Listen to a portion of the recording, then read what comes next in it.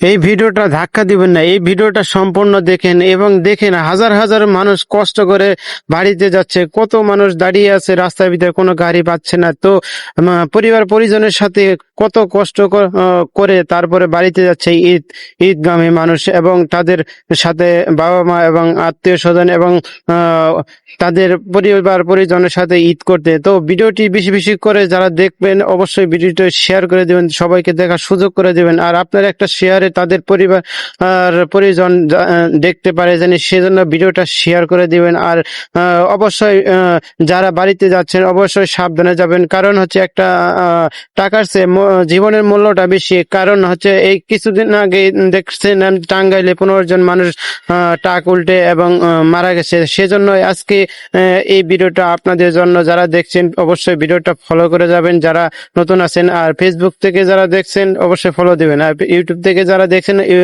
Subscribe করে যাবেন এবং লাইক কমেন্ট করে যাবেন। এবং এই জায়গাটি হচ্ছে চন্দ্রা ফায়ার সার্ভিস, গাজীপুর জেলা।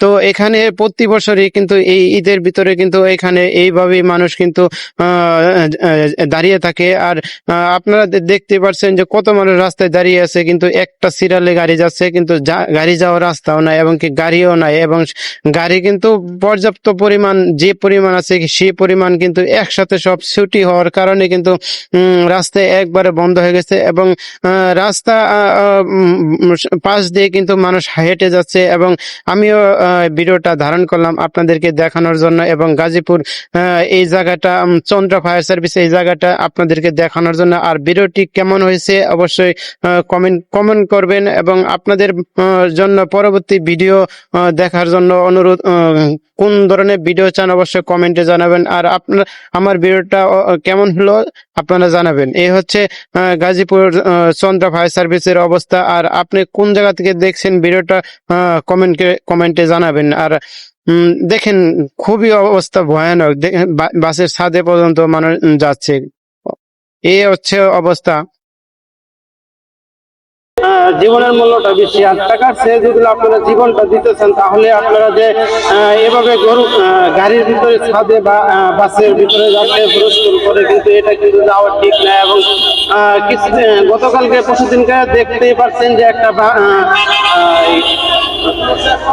ট্রাক উল্টে সেখানে 15 জন মানুষ মারা গেছে। সেজন্য আমি আপনারা যারা গাড়িতে যাচ্ছেন কিন্তু সতর্ক হয়ে যাবেন, এবং কি খুবই সাবধানে যাবেন। যারা এই যে বাসের ট্রাকের ভিতরে যাচ্ছেন এটা কিন্তু খুবই রিস্কের ব্যাপার। আপনারা খুবই একটু শান্তভাবে এবং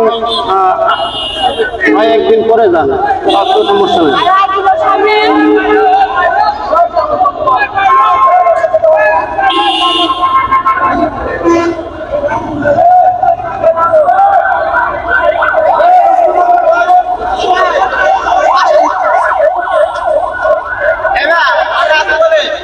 প্রচুর মানুষ দাঁড়িয়ে আছে কিন্তু একটা গাড়িও নাই। তো ভিডিওটা বেশি বেশি করে শেয়ার করে দিবেন, যারা যারা দেখতেছেন ফেসবুক এবং ইউটিউব থেকে অবশ্যই ফলো দিয়ে যাবেন যারা নতুন আছেন।